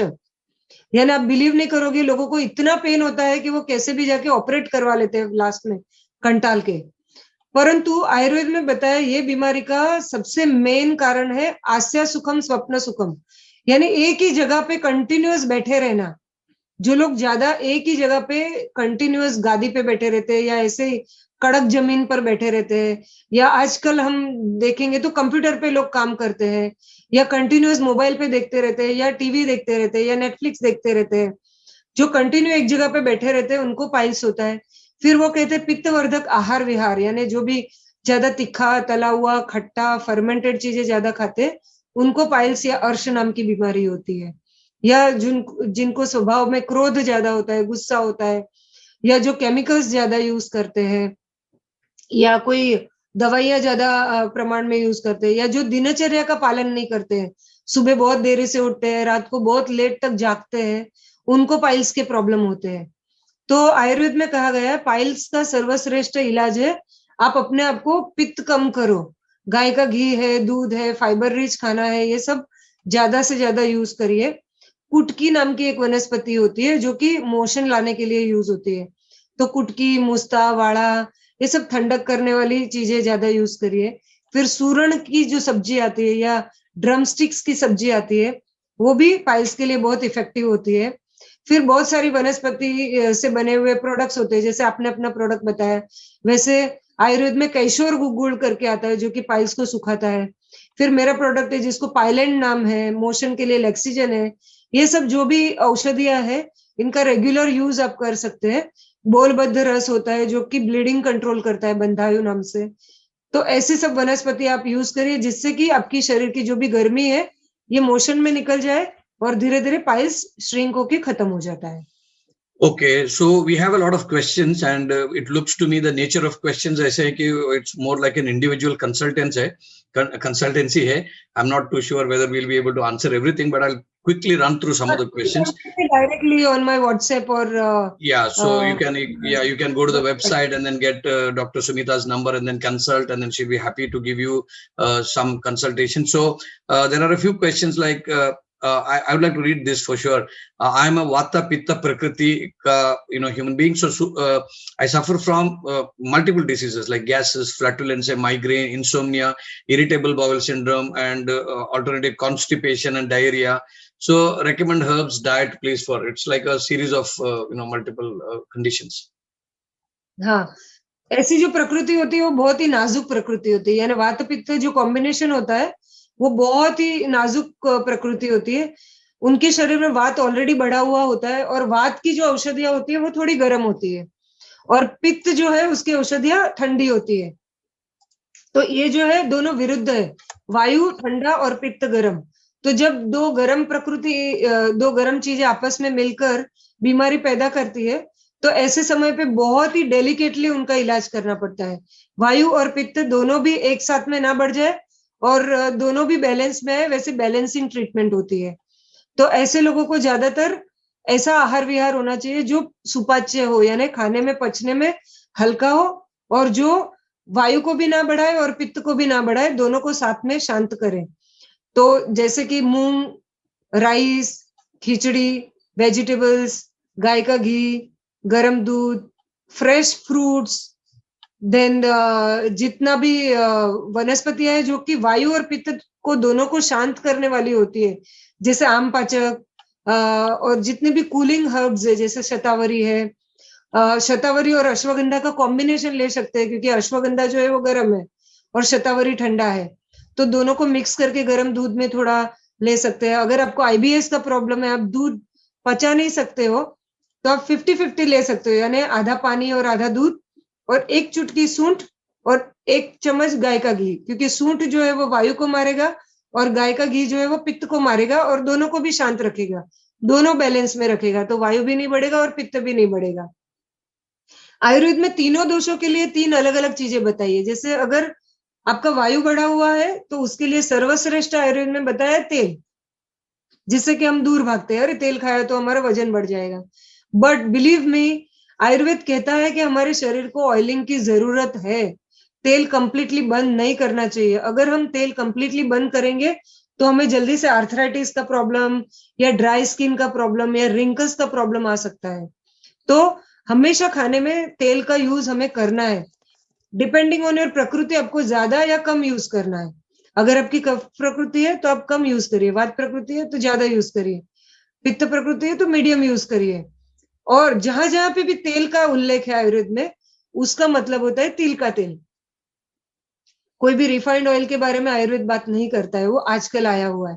जितना अच्छा चमकने वाली चीज उतनी अच्छी है, ऐसा हम मानते हैं कि जितना क्लीन तेल, जितना व्हाइट दिखेगा, जितना ट्रांसपेरेंट दिखेगा उतना अच्छा है। बट ये कंप्लीटली रॉन्ग है। आयुर्वेद में बताया है, अगर आप जितना भी इसको ज्यादा साफ साफ साफ करते जाएंगे केमिकल से, उतना ही आपका कोलेस्ट्रॉल और ट्राइग्लिसराइड ज्यादा बढ़ाएगा। आप बिलीव नहीं करोगे, पहले के जमाने में कभी भी हमने सुना था कि हमारे पूर्वजों को कोलेस्ट्रॉल या ट्राइग्लिसराइड या हार्ट ब्लॉक है? आई एम श्योर नहीं, कोई भी किसी का भी जवाब हाँ नहीं आएगा। और लोग बाटी भर भर के घी खाते थे, लोग इतना सारा तेल खाने में यूज करते थे, बट किसी को कोलेस्ट्रॉल ट्राइग्लिसराइड उस जमाने में नहीं होता था, क्योंकि वो लोग वो प्योर यूज करते थे, रिफाइंड करके नहीं यूज करते थे कोई भी तेल।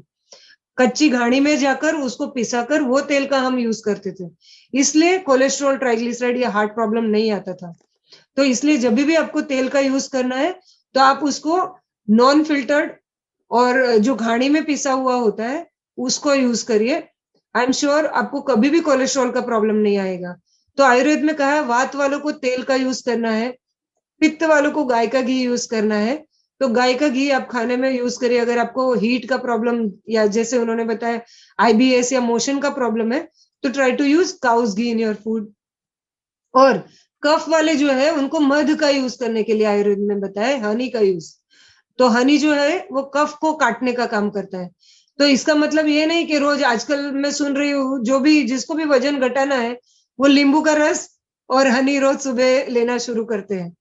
बिलीव मी, उसमें से किसी का भी वजन तो कम नहीं होता है, बट आर्थराइटिस जरूर हो जाता है।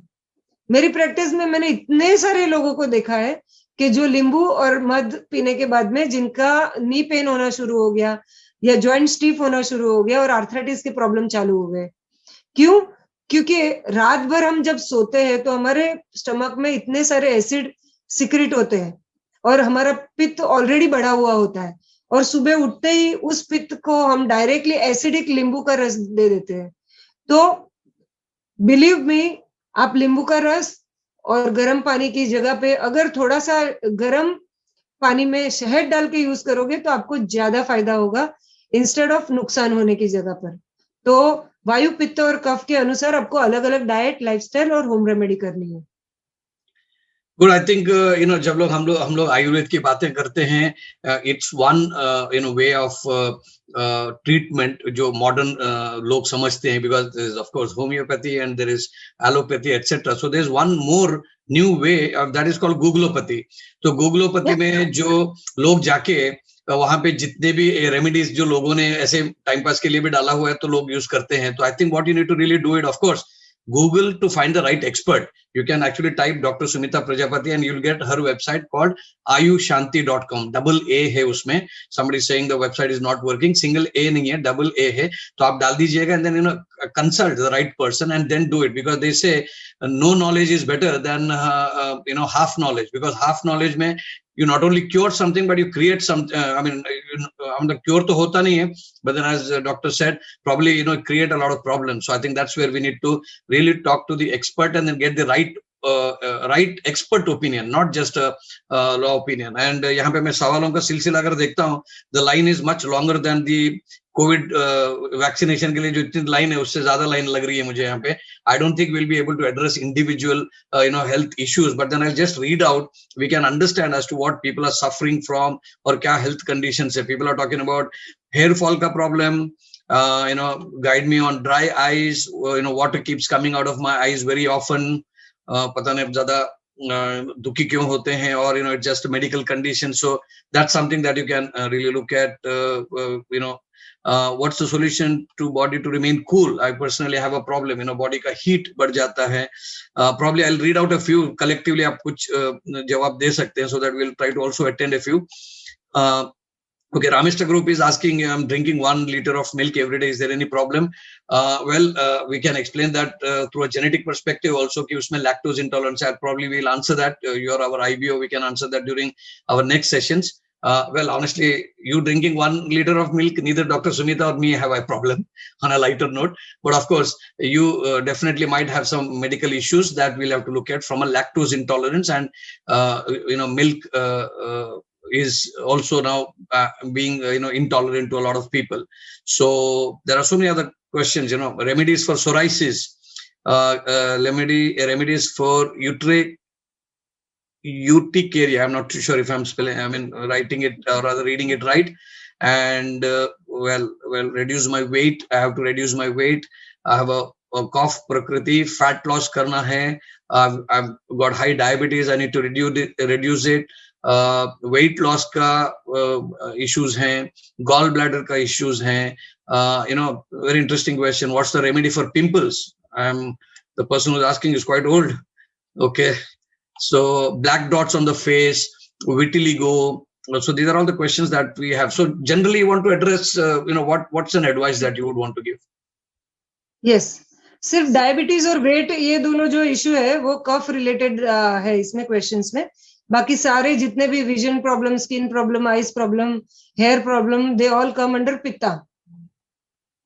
तो आयुर्वेद में कहा गया अगर आपके शरीर में पित्त ज्यादा होगा तो मेनली 3 चीजें अफेक्ट होगी.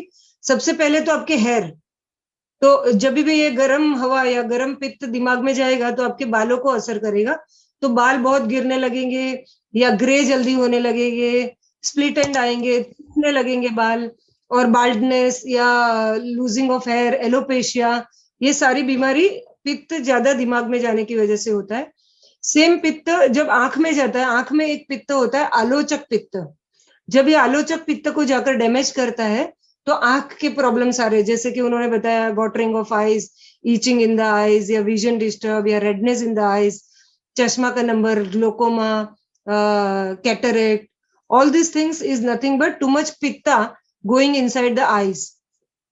जब यही पर्सन बहुत ज्यादा खट्टा या फर्मेंटेड खाना खाते हैं, यानी कि टमाटर, नींबू, दही, इमली, संतरा, मौसम्बी, अनानास, ये सब चीजें जब लोग ज्यादा खाने लगते हैं पित्त वाले लोग, तो क्या होता है, पित्त का एक्सप्लोजन होता है. जैसे कि जमीन में बहुत हीट होती है तो कैसे वॉल्केनो आता है, वैसे ही जब बॉडी में बहुत हीट होती है तो उसका वॉल्केनो आकर हमें, जैसे देव जी ने पूछा है अर्टिकेरिया, तो अर्टिकेरिया का प्रॉब्लम, यानी urticaria is nothing but too much heat coming out from your skin, allergic skin reaction बोलते हैं उसको, या पिंपल्स, या सोराइसिस, या ब्लेमिशेस, या एक्ने, या rosacea, pigmentation, psoriasis, eczema, leucoderma, all this things is nothing but explosion of pitta from your system through the skin.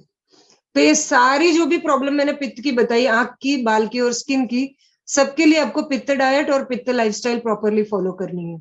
गाय का घी लेना है, फ्रेश फ्रूट्स लेने हैं, फ्रेश फूड खाना है, खाली पेट नहीं रहना है, क्योंकि पित्त वाले जो है उनके सिस्टम में कंटिन्यूअस एसिड सिक्रेट होते रहता है.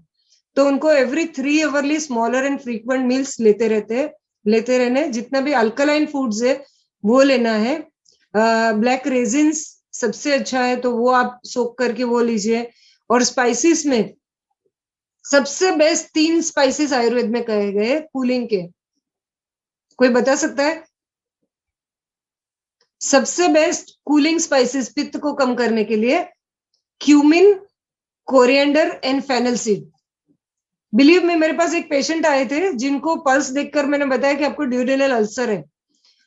कैलिफोर्निया में वो मुझे मिले थे, वो खुद फार्मासिस्ट थे, and he was so scared to go for the operation, क्योंकि डॉक्टर ने बोला अभी आपको ऑपरेट करना पड़ेगा. So he came to me. उनको मैंने बताया कि आपका पित्त इतना बड़ा हुआ है कि अंदर वो अल्सर्स कर रहा है. तो बोला कि आप जो बोलेंगे वो रेमेडीज में करने के लिए तैयार हूँ.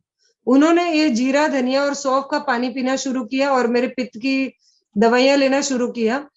After 3 months when he went back again, उनका एंडोस्कोपी किया गया और टोटली अल्सर्स उनके गायब हो गए. डॉक्टर खुद सरप्राइज हो गए और आज की तारीख में वो इतने सारे अल्सर के पेशेंट मुझे रिफर करते हैं। तो सिंपल किचन रेमेडीज है, हमारे किचन में इतनी सारी चीजें मौजूद है जिसको हम प्रॉपरली यूज करेंगे तो हमें बहुत सारी चीजों में फायदा हो सकता है। और दूसरा, जैसे कफ के बारे में उन्होंने पूछा, वेट लॉस के और डायबिटीज के बारे में, तो ये मेनली कफ वर्धक आहार विहार की वजह से होता है, जैसे कि ग्लूटेन वाली चीजें, ब्रेड, पाव, बिस्किट, बर्गर, पिज्जा, ये सब चीजें कम से कम करिए। मिल्क प्रोडक्ट रिड्यूस करना है, अगर आपका कफ प्रकृति है तो पनीर, चीज, दही, लस्सी, ये सब कम से कम आपको लेना है। और इजी टू डाइजेस्ट फूड, जैसे कि मूंग ज्यादा से ज्यादा लीजिए। स्पाइसेस में सबसे अच्छा स्पाइस इसके लिए होता है सिनेमन, ब्लैक पेपर, अजवाइन, देन सूंठ, ये सब चीजों का आप खाने में ज्यादा से ज्यादा यूज करिए, तो इससे ब्लड शुगर भी आपका कंट्रोल में आएगा, प्लस वेट भी जल्दी से कंट्रोल में आएगा। Okay, I want to ask you another very interesting question, which is asked by Hitesh Gaja. He says, I've recovered from COVID. How to detoxify the effects of those hundreds of allopathic tablets from forming stones, either liver, kidney, and how to strengthen oneself as post-COVID one gets very weak. So it's a very dangerous area to go to because there is also a reference to another way of treatment. So how would you like to address in terms of post-COVID rehabilitation? Post Covid के लिए जितने भी remedies आज मैंने starting में बताई है ना, वो सारी इफेक्टिव है, प्लस गुड़ुची के जो भी प्रोडक्ट्स है वो इफेक्टिव है। और जितना आप दिन में 7-8 ग्लास पानी पी सकते हो, जैसे मैंने औषधि युक्त पानी आपको बताया, वो सब आप सिद्ध जल पी सकते हैं, जिससे कि सिस्टम धीरे धीरे डिटॉक्स होगी। गाय का घी खाने में यूज कर सकते हैं, क्योंकि घी हमेशा डिटॉक्सिफाइंग असर वाला होता है। तो शरीर में जितना भी पॉइजन या कचरा है उसको निकालने में घी सर्वश्रेष्ठ आयुर्वेद में माना गया है। Okay, one very interesting question. Sorry, continue. Please continue. हाँ, घी का मतलब गाय का घी, जहाँ पे भी आयुर्वेद में घी का नाम आया है वो गाय का ही घी होता है, भैंस का घी नहीं होता है, या डालडा या कोई भी वनस्पति घी नहीं होता है। Okay, so doctor, please tell me remedy for urticaria. I have to take cetirizine every day. I think you addressed that condition. Urticaria, sorry, yeah. Allergic skin reaction पित्त की वजह से होता है। तो जैसे मैंने बताया, टाइम पे खाना खाओ, खाली पेट मत रहो, लेट नाइट्स मत करो। और एक सबसे सिंपल होम रेमेडी मैंने काफी लोगों को दी है। जैसे मेरे पास एक डेंटिस्ट डॉक्टर आते थे, उनको बिल्कुल टाइम नहीं मिलता था खाना खाने का, और उस वजह से वो कंटिन्यू जब पेशेंट देखते रहते थे तो 3-4 घंटे में उनको तुरंत अर्टिकेरिया शुरू हो जाता था। इमीडिएटली जब वो मेरे पास आए, उनको मेरी दवाइयां और होम रेमेडीज वगैरह स्टार्ट की, अभी 10 साल हो गया उनको कंप्लीट क्योर होकर। अराउंड 4 या 5 महीने में उनका अर्टिकेरिया टोटली जड़ से खत्म हो गया। उसके लिए कुछ वनस्पति यानी कुछ प्रोडक्ट्स मेरे हैं वो मैंने दिए, और साथ में काली मिरी और घी का प्रयोग मैंने सुबह बताया। 2 चुटकी काली मिरी का पाउडर और 1 चम्मच गाय का घी रोज सुबह मिक्स करके उसका चाटन करना है एम्प्टी स्टमक। ये एंटी एलर्जिक का काम करेगा और धीरे धीरे आपकी इम्यूनिटी को बढ़ाएगा अर्टिकेरिया के लिए। Good. So I think we have a lot of more questions. I don't think we will definitely have time to address all of them individually because the nature of the questions are more on an individual basis. And I'm sure जो आप कोई भी condition अगर पूछते हैं तो definitely that will also help a lot of other people. But we definitely are running short of time. Doctor ने पहले से ही बता दिया कि भाई लेट खाना खाते हैं, तो हम लोग अभी अपना वेबिनार और लेट करेंगे तो अपना डिनर भी लेट हो जाएगा. Whoever has not taken their dinner, so we don't want to delay it. But I want to tell you that before I make a small summary of what actually what we are doing, let's all wave our hands and then acknowledge Dr. Sumita Prajapati for being always there for us and then coming and doing these sessions and educating people about the goodness of Ayurveda. It's a naturopathy, and हम लोगों ने देखा it's 5,000 years. It does not, I want to reiterate that it does not really belong to one company or one individual. It's actually a 5,000 years old ancient Indian wisdom जो अभी Western countries are following, and a lot more people are consuming things than we consume, probably because we are fascinated towards a lot of Western culture, whether it's food habits or the food fast food chains we are consuming without thinking much. The kind of home remedies doctor ने बता दिया, and वो जैसे उन्होंने बता दिया तो मेरे मुंह में पानी आ गया, saying that how beautiful that could be if all of us could implement. But हम लोग करते हैं कि भाई, I think one of the things that we knew last year जब lockdown खुला, the highest business was done done by Pizza Hut, because people were crazy about eating pizza. Apart from, of course, alcohol came first, and pizza did a lot of business. That's our craze, because we are now gulam of the taste buds. हमको test अच्छा होना चाहिए, brand अच्छा होना चाहिए, जिसके हमको we feel, we look good, and we try to do this without really realizing what kind of a nutrition that it is providing. So this is all dead food. It's zero nutrient food, but of course it gives you a lot of calorie and a lot of good feeling, and you might have your dopamine level secreted. So let's once again wave and acknowledge Dr. Sumita Prajapati. Thank you so much. I think it's almost 11:30, 12 o'clock there. You're ready for your lunch. We should be probably having our dinner tonight, a little late though. And I would like to tell everybody, saying that this is a small effort from Velocity Booster. We are a premium genomic based wellness organization. We've been in the business for the last 4 years. This is our 5th year. We, as a part of our corporate mission, we keep educating. हमारे जितने भी IBOs हैं, हमारे customers हैं, उनको हम लोग अलग-अलग विषयों के ऊपर education देते हैं. And genetics precisely answers a lot of questions that you have already asked in the chat box. कि ये कैसा होता है, वो कैसा होता है. And then the answer is not the same for all. In general, whether it's Dr. Sumita or anybody, will be able to tell you. But अगर आप उसको face value में लेके जो बताया सब कुछ try करोगे, I think you're doing a lot of trial and error, things. So इसके लिए everything is good. जो डॉक्टर साहब ने बता दिया, या all streams of medicine, everything is perfectly good. Nobody suggests something wrong. But there is a catch in that. What is good for you? Yeah, of course, Ayurveda आप ये प्रकृति के through, वाता पित्ता और कफा के through आप find out कर सकते हैं. Some people ask me, ये पता कैसे कर सकते हैं? You'll have to go to an Ayurvedic expert. They will actually check your nadi and a lot of other ways जो initially आपने वीडियो में देखा, through which they will be able to assess as to what is your prakriti. It's like understanding your genetic type. कि आप किस चीजों के लिए tolerant हो, किसके लिए intolerant हो, what's the allergy that you have, etc. So ये आपको मिल जाएगा, and there are different platforms where you can do this, but you are the best judge, saying that because your body speaks to you and what's important. So इसके लिए we have a comprehensive genetic testing that we do for individuals and families, and we have done over 10,000 genetic testing in the last 4 years, and this is our 5th year. And we also are a company who are promoting alkaline ionized water. Some people ask these questions, but it's again एक ऐसा area है कि जहाँ पे बहुत चर्चा करनी पड़ेगी, and we are running out of time. So alkaline ionized water today is giving a lot of health benefits when your body is with the positive pH level आपका 7.5 or 8.5 या 9 के बीच में रहता है. That also helps keep your body hydrated and doesn't allow a lot of acidic things to harm your body. So this is a wide product range that we have. So today was an education session on Ayurveda. I really want to thank all of you who have come here, spent their valuable 1.5 hours, and we have an interesting program coming up on Friday and Saturday. Friday from morning 10 o'clock till 1 o'clock on Friday, that's for 3 hours, and another 3 hours on Saturday from 10 o'clock to 1 o'clock.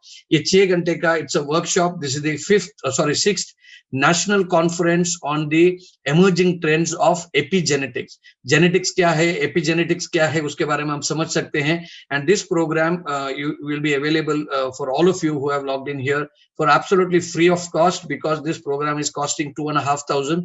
There are experts of genetics, there are experts of nutrition and diet. There are also medical doctors, allopathic doctors who will come and put their perspective कि आज genetics and खास करके pandemic and COVID के दौर में किस तरीके से हेल्प करता है. Because as an organization, it's our responsibility to put forward everything that we believe is going to benefit individuals. And हमारी सबकी प्रकृति अलग है. You see that in the coronavirus also कि उनका mutation होता है, mutant या variant change होते हैं, and even WHO has today given different names like alpha, gamma, delta, and etc. so that you don't name it after countries and kind of feel a little awkward.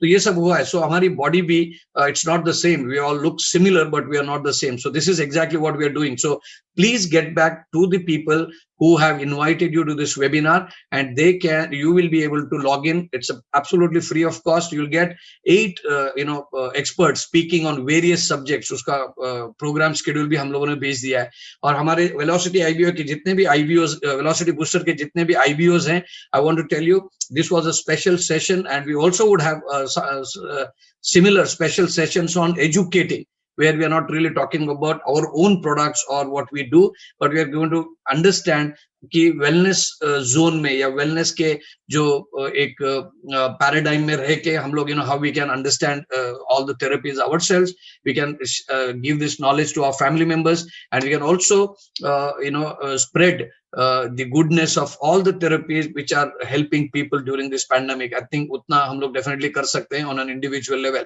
So with this, I'd like to really thank Dr. Sumita once again on behalf of everybody. She is a medical advisor board ke member of Velocity Genetics, and whenever we have asked her, she voluntarily comes and delivers her knowledge with all of us. She's been, as she has said repeatedly, that she's been practicing across the world for the last 22 years, and the kind of passion that she has for this stream of medicine is really praiseworthy. So once again, on behalf of Velocity Booster and everybody present here, thank you very much, Dr. Sumita. I'm sure आगे भी हमारी जब request हम लोग करेंगे, आप हमारे लिए available रहेंगे. And wherever you are, whether you're in Boston or whether you're in India, I'm sure you'll be there for us. So thank you very much once again. You want to say something? Thank you very much. And I believe कि मैंने आज जितना मेरा knowledge share किया उसमें से कुछ ना कुछ लोगों को फायदा जरूर होगा.